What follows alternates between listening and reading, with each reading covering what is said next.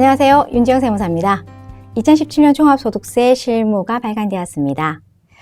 저의 다양한 실무 경험과 다년간의 강의 경험을 바탕으로 해서 독자 입장에서 가장 쉽게 종합소득세를 접근할 수 있도록 최선을 다했습니다. 이와 관련해서 목차 관련된 거나 그리고 업무하시면서 필요한 거 관련해서 간략하게 소개해 드리도록 하겠습니다. 자, 그러면 종합소득세 실무가 필요하신 분, 어떤 분이 필요하신지 말씀드리겠습니다. 개인기업의 결산이나 세무조정을 하고 싶으신 분, 그리고 개인기업이나 법인기업이나 임직원의 근로소득 또는 퇴직소득의 원천징수뿐만 아니라 연말정산까지 완벽하게 처리하고 싶으신 분은 이 책이 꼭 필요하실 거라고 믿습니다. 금융소득 같은 경우에는요, 합하여 2천만 원이 초과되면 종합소득으로 가세된다는 거 아시죠? 그래서 이 2천만 원 초과되는 경우나 공동사업 관련해서 부동산 임대 같은 경우에는 공동사업이 많은데요. 이런 공동사업 같은 데는 소득 분배를 해야 되는데 그 처리를 어떻게 해야 되는지 아시고 싶으신 분, 그리고 요즘에는 외국인 근로자가 참 많습니다. 그래서 외국인 근로자의 근로소득이라든가 국외에 근로소득이 있는 분, 그리고 비거주자 관련해서 소득을 신고하시고자 하시는 분, 이런 분들이 종합소득세 실무를 보시면서 처리하시면 원활하게 처리할 수 있습니다. 그리고 소득공제 관련해서나 세액감면이 있는데요. 이 소득공제나 세액감면은 사실 요건이 필요하고 이 요건이 충족했을 때 제가 절세할 수 있는 방법임에도 불구하고 그 요건이 뭔지 거기에 대해서 잘 알지 못하는 경우가 있는데요. 이번 책에서는 세액공제와 세액감면에 대해서 상세하게 설명해 놓았기 때문에 충분히 요건을 충족하셔서 절세할 수 있도록 하시는 게 좋습니다. 자, 가산세인데요. 업무를 하시다 보시면 가산세가 가장 부담스럽습니다. 가산세 관련돼서 내용을 넣어놨는데요. 이 가산세는 가산세를 계산하라고 넣어놓은 게 아니고요. 가산세를 더 부담하지 않도록 하기 위해서 어떤 경우가 가산세 대상인지, 그래서 방지하는 목적에서 반드시 실무자들은 알고 계셔야 합니다. 자, 마지막으로 소득세 관련해서요. 소득세를 통해 가지고 상속 및 증여세, 절세 플랜을 설계하고자 하시는 분도 이 책이 필요한데요. 소득세 하다가 왜 재산세 쪽에 있는 상속세 및 증여세, 절세까지 필요하느냐? 좀 거창한 거 아니냐라고 하지만 이 소득세를 알므로써 절세 플랜을 하는데 반드시 필요하다. 그 관련해서 이어서 설명드리도록 하겠습니다. 자, 사람인에 관련된 소득을 보면 그게 설명이 가능한데요. 이는 이제 태어날 때부터 권리 의무의 주체가 되는 개인과 법이 인격을 부여해서 사람이 된 법인으로 두 가지로 나눌 수 있습니다. 자, 법인은요, 태어났을 때 반드시 명백한 목적이 있습니다. 영리법인 같은 경우에는 이윤 창출 같은, 그죠? 이런 목적을 가지고 태어난 아이이기 때문에 소득 관련해서는요, 순자산이 증가한다. 그래서 자산 마이너스 부채가 증가하면 모두 수익으로 봐서 소득으로 보겠다. 이게 뭐다? 포괄주의라고 합니다.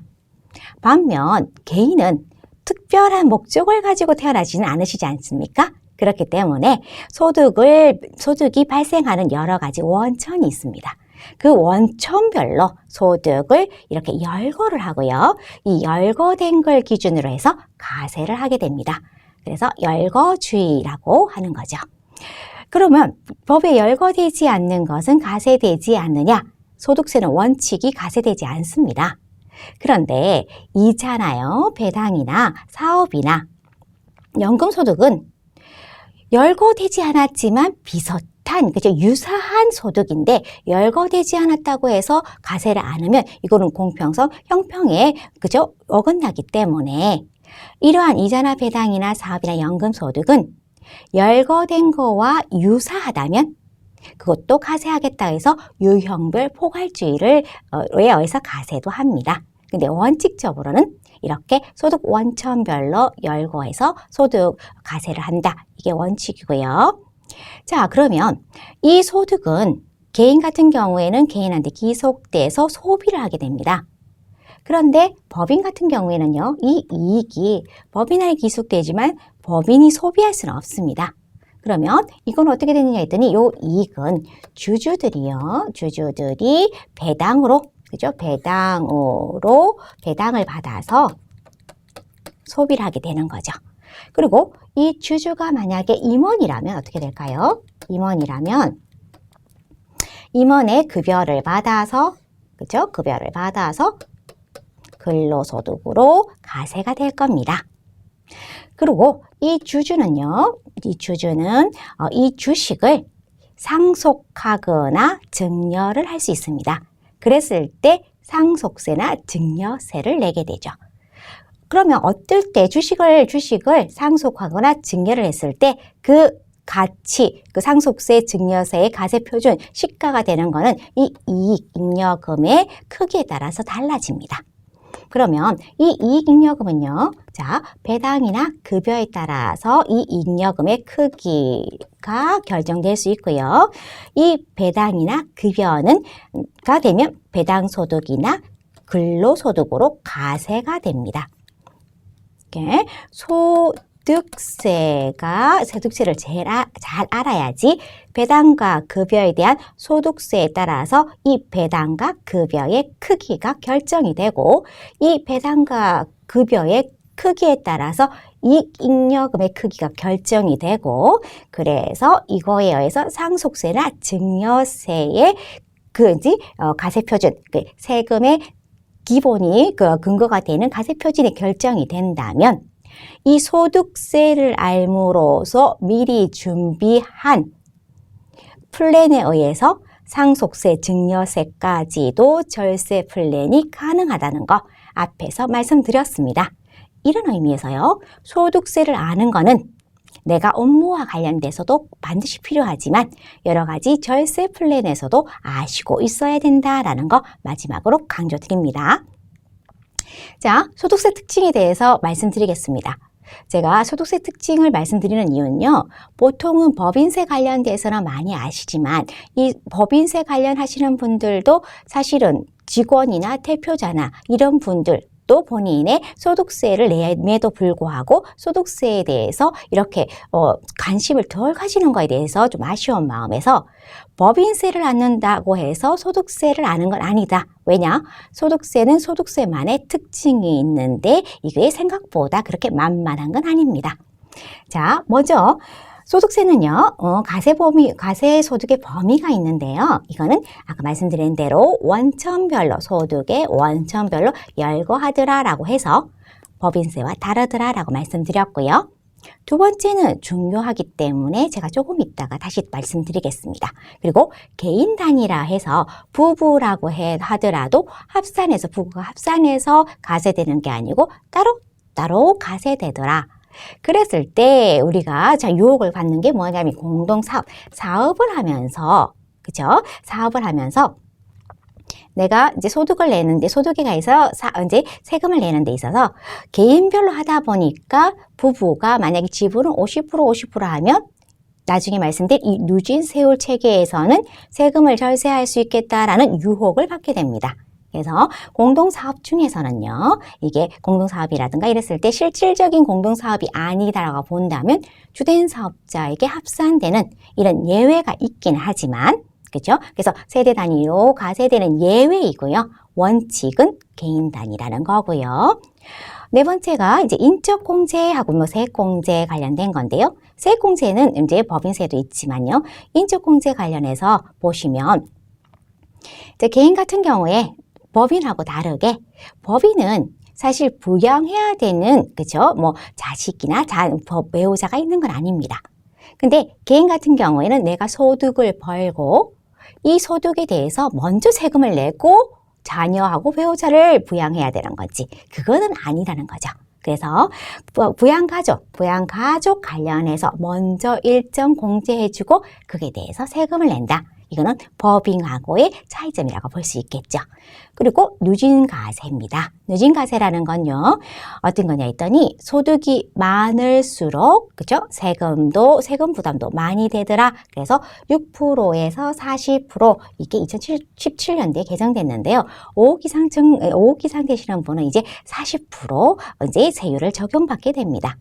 이렇게 초과 누진세율로 해서 누진세율을 적용되더라라는 것도 소득세의 하나의 특징이고요. 기간과세 되는데요. 이 기간과세라는 거는 법인 같은 경우에는요, 내가 사업연도를 2월 1일에서, 그죠? 그 다음에 1월 31일까지를 회계기간으로 하겠습니다라고 하면 1년이 초과되지 않는다면 이걸 인정하고 이 기간 동안에 벌어들인 법인에 관련된 세금을 부담하게 되는데 개인이 생각만 해도 그쵸? 개인마다 저 2월 1일부터 할래요? 아니면 저는 2월 2일부터 할래요? 이렇게 만약에 자율적으로 한다면 이건 세 관련해서는 그죠? 세무 행정이 그죠? 너무 이루어질 수 없는 이런 한계가 있습니다. 그래서 개인은 1월 1일부터 12월 30일까지 딱 기간을 정해놓고 이 기간 동안에 열거된 것을 세금으로 걷어들이겠다라고 해서 1월 1일부터 12월 31일까지 과세 기간이 이렇게 확정되어 있다, 딱 정해졌다는 것도 하나의 그죠? 특징이라고 볼 수 있습니다. 이거에 대해서 예외는요, 제가 그냥 재미로 얘기한다면 죽거나 떠나거나입니다. 그래서 사망하거나 출국했을 때 이때는 1월 1일부터 사망일, 1일부터 출국일로 해서 과세 기간에 예외가 생기는 거고 그 외에는 이 기간이더라라는 겁니다. 지금 소득세에 이제 실무를 할 때 이제 전화를 많이 받는데요.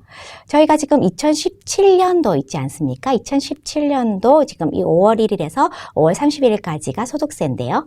그랬을 때 이제 질문 많이 하시는 게 그러면 어떤 기간에 기속이 어떻게 되느냐라고 물어보시는데요. 그때는 반드시 전해, 그죠? 2016년 1월 1일부터 12월 31일까지 소득과 그 관련된 비용을 이제 관련해서 신고한다라는 거, 예, 다시 한번 말씀드리겠습니다. 그리고 신고 납세 제도라고 해서 일단 신고하면 그것이 확정돼서 믿어주겠다라고 해서 이렇게 다시 국가가 부과하거나 이러진 않는다는 거, 신고 납세 제도라는 것까지 말씀드렸고요.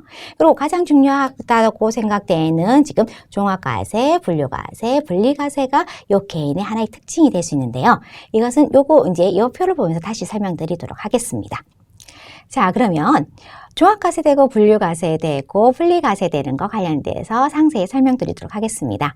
제가 말씀드린 대로 자, 소득을 원전별로 나눠가지고요. 이자, 배당, 사업근로, 연금, 기타, 퇴직, 양도로 나눴습니다. 기간과세이기 때문에 1월 1일부터 12월 31일까지 원칙적으로 이렇게 발생한 소득은 다 합산해서 신고해야 되는 게 맞는데 이 중에서 딱 봤더니 퇴직소득하고 양도소득 같은 경우는요. 올해 발생한 게 아니고, 그죠? 퇴직 같은 게 만약에 10년 동안 내가 근속하다가 퇴직했다라고 하면 10년 동안에 매년 쌓여 있을 때마다 국가가 그게 관련된 퇴직금을 세금으로 가져가는 게 아니고 퇴직했을 때 퇴직금 받은 그해 2017년도에 한꺼번에 1,000만 원을 만약에 100만 원씩요. 100만 원씩이었다면 1,000만 원을 한꺼번에 과세를 소득이라고 보겠다는 겁니다. 그러면 10년 동안에 100만 원씩 모여가지고 1,000만 원이 됐는데 이거를 2017년도에 한꺼번에 과세를 하겠다는 거죠. 그리고 양도소득 같은 경우에도 내가 20년 동안 가지고 있었어요. 그러면 가치가 조금씩 올라가지고 내가 팔았을 때 내가 만약에 2,000만 원의 양도 차익이 생겼다라고 하면 요 관련해서 올해 2017년도에 다 합산해서 과세를 해버리면 아까 어떻게 돼서 누진세율이라고 했잖아요. 이 누진세율요. 소득이 많을수록 높은 세율을 적용합니다. 그러면 이 애든지 퇴직소득 1,000만 원, 양도소득 2,000만 원이 한꺼번에 올해 발생했다라고 하면 이 누진세율 체계에서는 그죠? 높은 세금을 묻게 되는데 이걸 결집효과라고 해서 이러한 문제점은 반드시 해결해야 되는 거죠. 그래서 어떻게 하냐 했더니요. 국가가 이자, 배당, 사업근로, 연금, 퇴직은요. 어떻게 합산해라. 그래서 어떻게 종합합산해서 종합과세한다. 자, 용어 정도는 아시는 게 좋죠. 그리고 퇴직하고 양도는 분류를 하겠다는 거예요. 분류. 이렇게 따로 분류를 해서 퇴직소득은 퇴직소득세로, 양도는 양도소득세로, 세로 해서 각각 분류해서 가세하겠다라는 겁니다. 법인은 이렇게 하지 않잖아요. 그죠? 법인은 다 합쳐서 하는 거고요. 그리고 분리가세인데요. 이 분리가세가, 그죠? 이 분리가세는 어떤 거냐 했더니, 개인 같은 경우에는요, 세무서 갈 일도 가는 것도 좀 어렵고, 그리고 내가 소득을 발생했을 때 이 소득에 대해서 세금 계산하는 거에 대해서 상당히 어렵다고 느끼시는 분이 많습니다. 그렇다면 만약에 일용직 관련해서 한번 해볼까요? 일용직 근로분들한테 소득을 만약에 10만 원을 드렸다라고 하면 원칙은 이 일용직 소득 받으신 분이 내 10만 원에 대해서 세금을 신고 납부하는 게 원칙인데 이러기에는 너무 이 세무 행정에 대한 부담이 크다는 거죠. 그리고 만약에 솔직히 말해서 이 일용직 하시는 분들이 세금을 신고 안 했다라고 하면 이 일용직 하신 분이 세금 신고 안 한 걸 국가는 어떻게 할 수 있다? 다 조사를 해야 된다는 거예요. 이 조사할 수도 없다는 겁니다. 그래서 세무 행정의 편의 또 그리고 납세 의무자의 편의를 위해서 이 지급하는 자가 이 원래는 이런 근로분이 세금을 내야 되는데도 불구하고 근로할 때 이 중에서 일정 금액의 세금을 공제를 하고 일용직 분들한테 드리고요. 이 세금을 지급하는 사람이 국가에 내주세요라고 해서 원천 쪽으로 세금을 징수해서 원천징수라는 제도가 있습니다.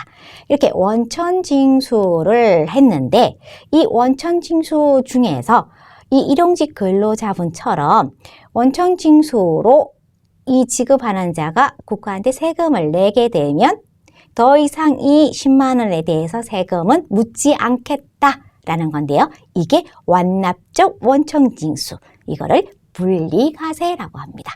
그래서 지급받을 때 공제하고 받으면 그걸로 인해서 나는 더 이상 세금 낼 일도 없고 세무서에 갈 일도 없더라.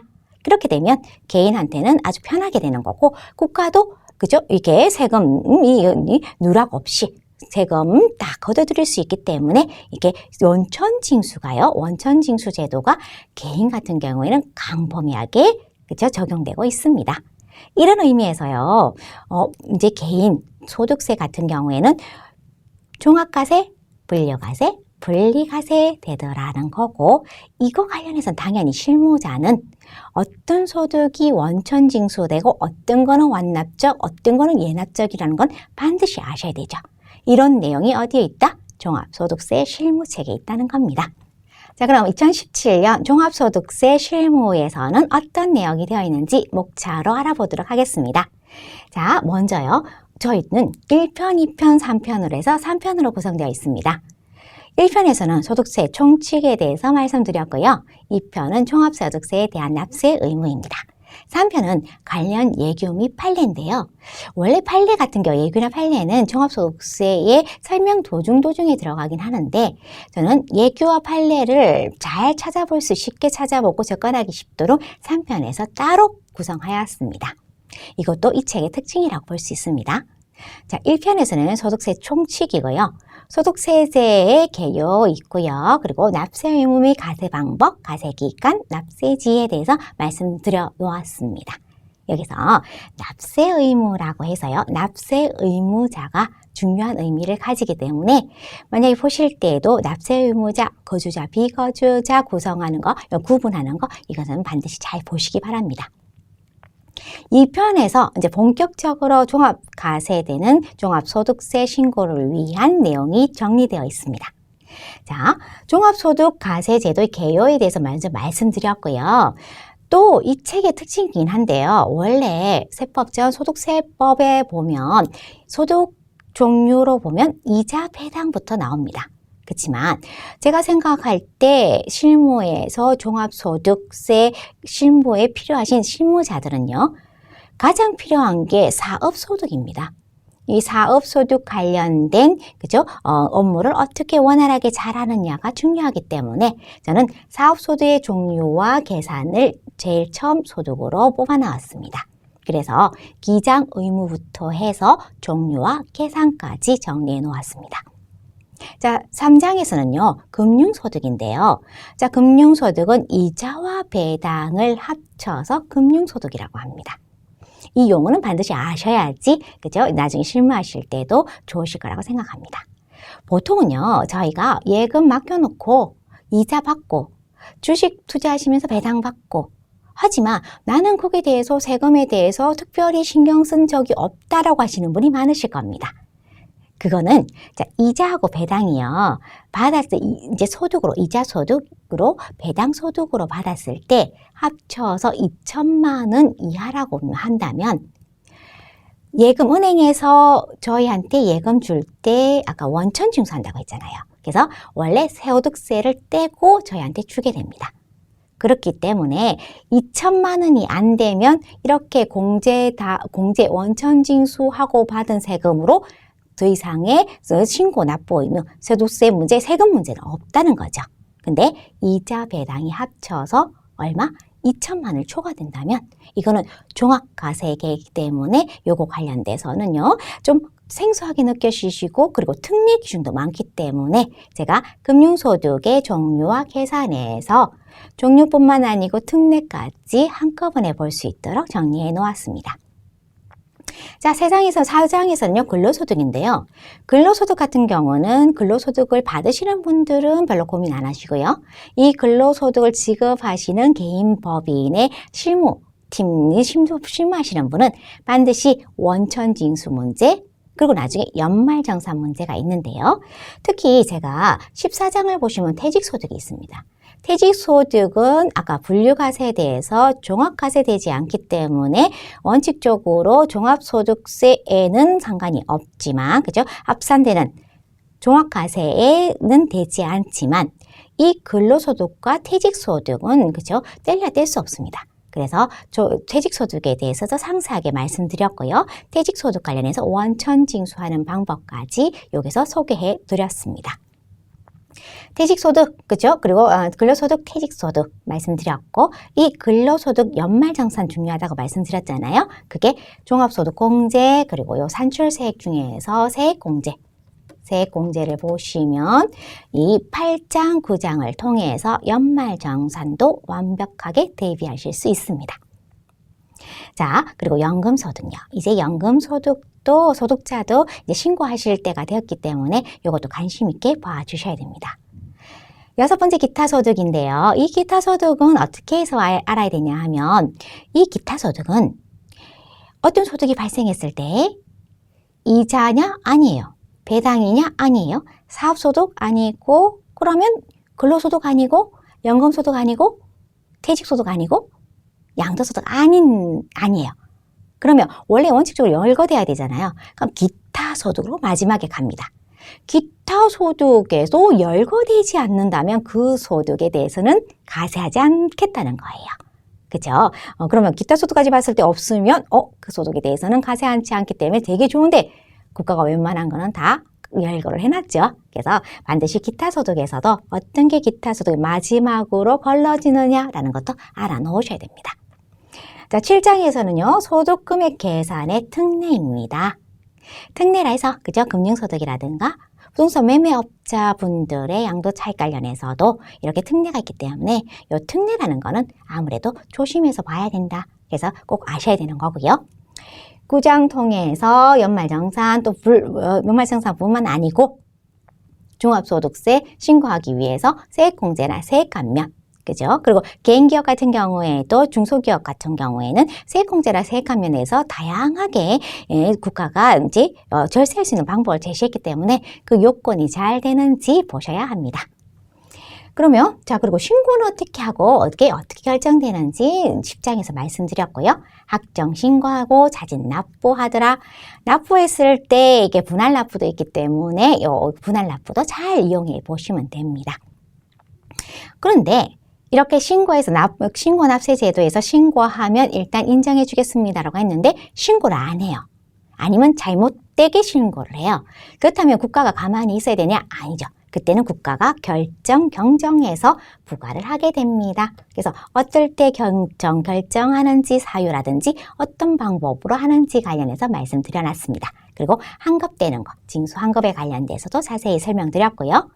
13장에서는 가산세인데요. 이 가산세는 제가 실무하시는 분들은 반드시 알고 계셔야 됩니다. 왜? 앞에서 말씀드린 것처럼 가산세를 계산하기 위해서 가산세 파트를 보시면 안 되죠. 가산세를 안 내기 위해서 어떨 때 가산세가 적용되느냐, 그 내용을 알기 위해서 반드시 가산세는 알고 계셔야 됩니다. 퇴직소득은요, 그죠? 원천 관련해서라든가 요즘에는 뭐 퇴직연금이라든가 이런 거 있기 때문에 퇴직소득도 여러분이 잘 아셔야 되는 것 중에 하나고요. 15장의 비거주자라고 해서 이 비거주자, 누가 비거주자가 되는지, 그죠? 그거 또 알아야 되고, 이 비거주자의 가세 방법은 거주자와 좀 특이한 면이 있기 때문에 이것도 잘 정리를 했으니까 여러분이 실무하실 때 참고하시면 도움이 되실 거라고 생각합니다. 보칙도요, 여러 가지 저희가 국가가 원하는 그죠? 의무 같은 게 있기 때문에 이 보칙 관련해서도 제가 빠짐없이 정리했기 때문에 여러분이 종합소득세 실무하시면서 궁금하신 이론은 제가 빠짐없이 설명드렸다는 거 잘 보시고 실무에서 참조해 주시기 바랍니다. 3편인데요. 관련 예금 및 판례입니다. 이거는 제가 말씀드렸죠. 중간중간에 판례를 찾아보는 것보다 제가 이게 크게 이렇게 장을 나눠가지고요. 요 관련해서 예규와 판례를 이제 모아놨습니다. 묶어놨기 때문에 내가 필요한 거 뭐 이렇게 인터넷에서 볼 수도 있지만 이 책을 통해서 내가 납세 의무에 대해서 알고 싶다라고 했으면 납세 의무, 그리고 책을 보시면 이게 이제 제가 요 납세 의무 관련된 그 예규의 그쵸? 제목을 제가 따로 한꺼번에 보시면 다 보면서 하는 것보다는 쉽지 않겠습니까? 그래서 이걸 목차에 넣으려고 했더니 그 양이 많아가지고요. 3편 바로 앞을 보시면 요 납세 의무하고 그 납세 의무에 관련된 예규 판례에 대한 제목을 다시 제가 제시를 해놨기 때문에 그것을 보고 찾아가시면 쉽게 접근할 수 있을 겁니다. 이렇게 시도하는 거는 다른 책에서는 없는 거기 때문에 여러분이 보시고 피드백을 많이 주신다면 예규와 판례에 관련해서 이 장에 대해서 조금 더 나중에 더 좋게 개선하도록 하겠습니다. 자, 마지막으로 이 책의 특장점 말씀드리고 마치도록 하겠는데요. 자, 이 책은 제가 이 책을 썼을 때 독자의 마음으로, 그죠? 좀 쉽게 다가갈 수 있도록 쓰는데 중점을 두었기 때문에 사업소득을 가장 먼저 내므로서 사업소득의 중점으로 서술했고요.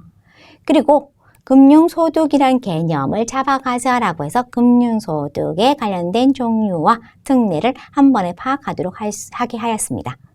그리고 근로소득과 퇴직소득 관련해서도 원천징수에서 연말정산까지 완벽하게 대비할 수 있도록 하였습니다. 외국인 근로자, 국외 근로소득 가세 방법에 대해서 언급해 드렸고요. 비거주자 관련해서 조세 조약이라든가 그죠? 국내 사업장 어떻게 판별하는지 관련돼서도 소개해 놓았습니다. 제가 개인 같은 경우에는요, 원천징수 업무가 되게 많아요.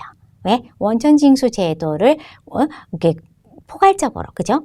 광범위하게 적용한다고 했기 때문에 개인한테 소득을 줄 때는 이거 그냥 줘야 된다 아니면 원천징수 해야 될까 고민을 하셔야 된다는 겁니다.